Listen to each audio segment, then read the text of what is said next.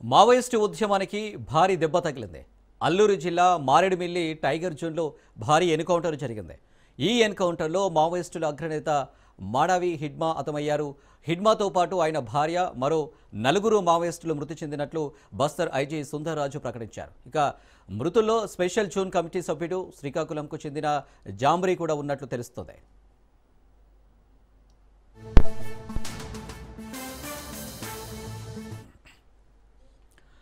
గేరిల్లా దాడుల వ్యూహకర్తగా పేరుగాంచిన హిడ్మా 3 రాష్ట్రాలకు మోస్ట్ వాంటెడ్గా మారారు. భారీ దాడుల్లో స్వయంగా పాల్గొంటూ అటు కేంద్రానికి మోస్ట్ వాంటెడ్గా మారారు. ఎన్నోసార్లు చాకచక్యంగా భద్రతా బలగాల నుంచి తప్పించుకున్నారు. తాజాగా 2 వారాల కిందటే ఆయన తల్లిని ఛత్తీస్గఢ్ డిప్యూటీ సీఎం హోంమంత్రి కలిశారు. ఆయన్ని లొంగిపోయేలా ఒప్పించాలని ఆమెను కోరారు. ఇప్పటికైనా ఇంటికి రా బిడ్డ అని ఆమె హిడ్మాను వేడుకున్నారు కూడా. ఈలోపే ఎన్కౌంటర్లో ఆయన మృతి చెందడం గమనార్హం. ఇక హిడ్మాపై ₹1 కోటి పైగా రివార్డు ఉండగా ఆయన భార్య హేమపై 50 లక్షల రివార్డు ఉంది.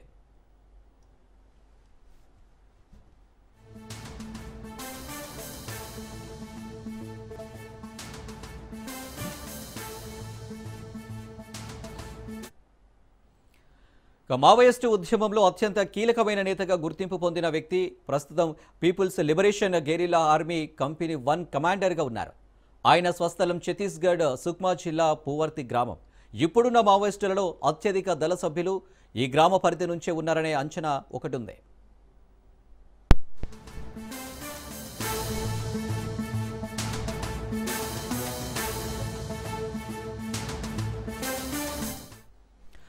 అయితే 25 ఏళ్ల కిందట ఆయన అజ్ఞాతంలోకి వెళ్లారు. గతంలో భద్రతా బలగాలపై జరిగిన అనేక దాడులకు హిడ్మా నాయకత్వం వహించారు. హిందీ, గోండి, తెలుగు, కోయా, బెంగాలీ భాషలపై ఆయనకు పట్టుంది. 2023లో దండకారణ్యంలో జరిగిన ఎన్కౌంటర్లో ఆయన చనిపోయినట్లు ప్రచారం జరిగింది. ఆ వెంటనే ఫోటో రిలీజ్ చేసి పుకార్లకు ఫుల్ స్టాప్ పెట్టారు. అప్పటి నుంచి మావోయిస్టుల 3 అంచెల భద్రత వ్యవస్థ నడుమ క్షేమంగా ఉన్నట్లు సమాచారం. ఇక ఆపరేషన్ కగార్లో భాగంగా భద్రతా బలగాలు హిడ్మా కోసం ప్రత్యేకంగా ఆపరేషన్ కొనసాగించాయి.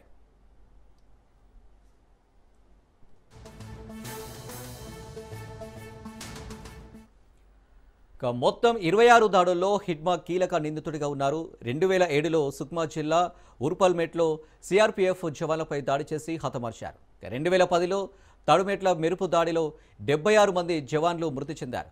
2013లో జీరామ్ ఘాటి వద్ద కాంగ్రెస్ నేతలను ఊచకోత ఘటనలో హిడ్మాదే కీలక పాత్ర.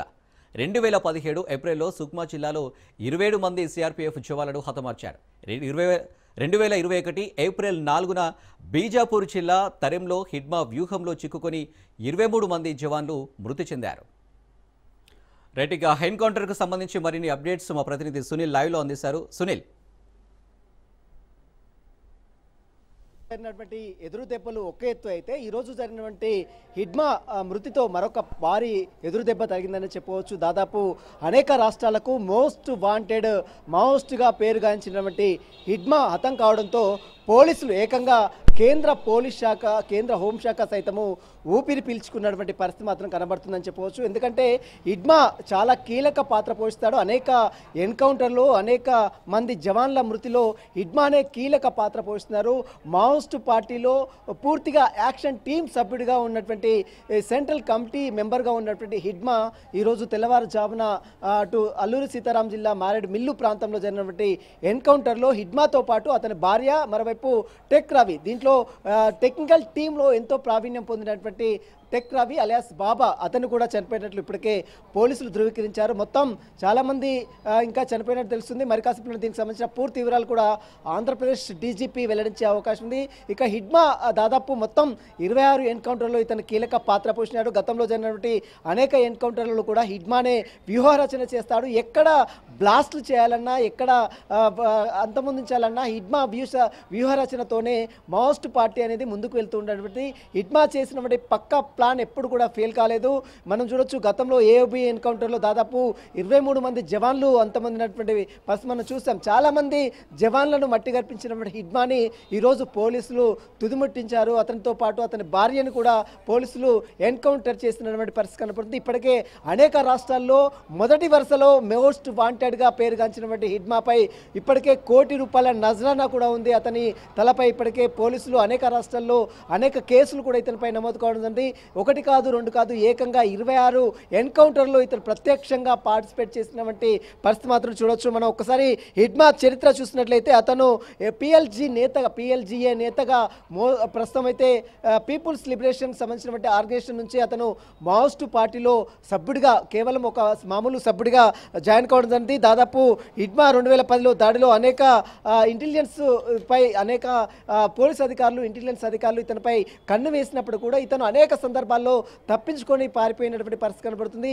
ఇక ఇతను చనిపోయినట్టు కూడా 2023లో పెద్ద ఎత్తున ప్రచారం జరిగింది. కానీ ఒక్కసారిగా హిడ్మా తన ఫోటోని బయటికి మళ్ళీ విడుదల చేసిన తర్వాత కొంత అటు మావోయిస్టు పార్టీ కూడా క్యాడర్ మొత్తం కూడా హిడ్మా ఇంకా బతికే ఉన్నాడు, మళ్ళీ పోలీసులు కూడా ఇంకా ఉన్నారని ఆశాభావం అందరికీ కూడా వ్యక్తం కావడం జరిగింది. దీంతో పాటు చాలామంది టెక్ మహీంద్రా ఇప్పటికే మనం చూస్తాం అతను కూడా టెక్నికల్ టీంలో కీలక పాత్ర పోషినవాడు, అతను కూడా చనిపోయినట్టు కూడా పోలీసులు ధృవీకరించారు. మొత్తం 2017లో సుక్మా జిల్లాలో ఇతను చాలా మంది మావోయిస్టులను అందులో చేర్చుకోవడానికి ఇతను కీలక పాత్ర పోషించినట్లు కూడా తెలుస్తుంది.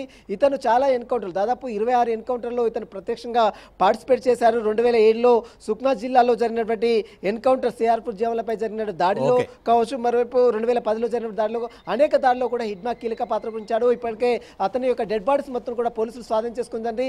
అతన్ని పోస్ట్ మార్టం చేసిన తర్వాత కుటుంబ సభ్యులకు ఆ మృతదేహాలు కూడా అప్పచెప్పే అవకాశం ఉంది. Right Sunil, thank you.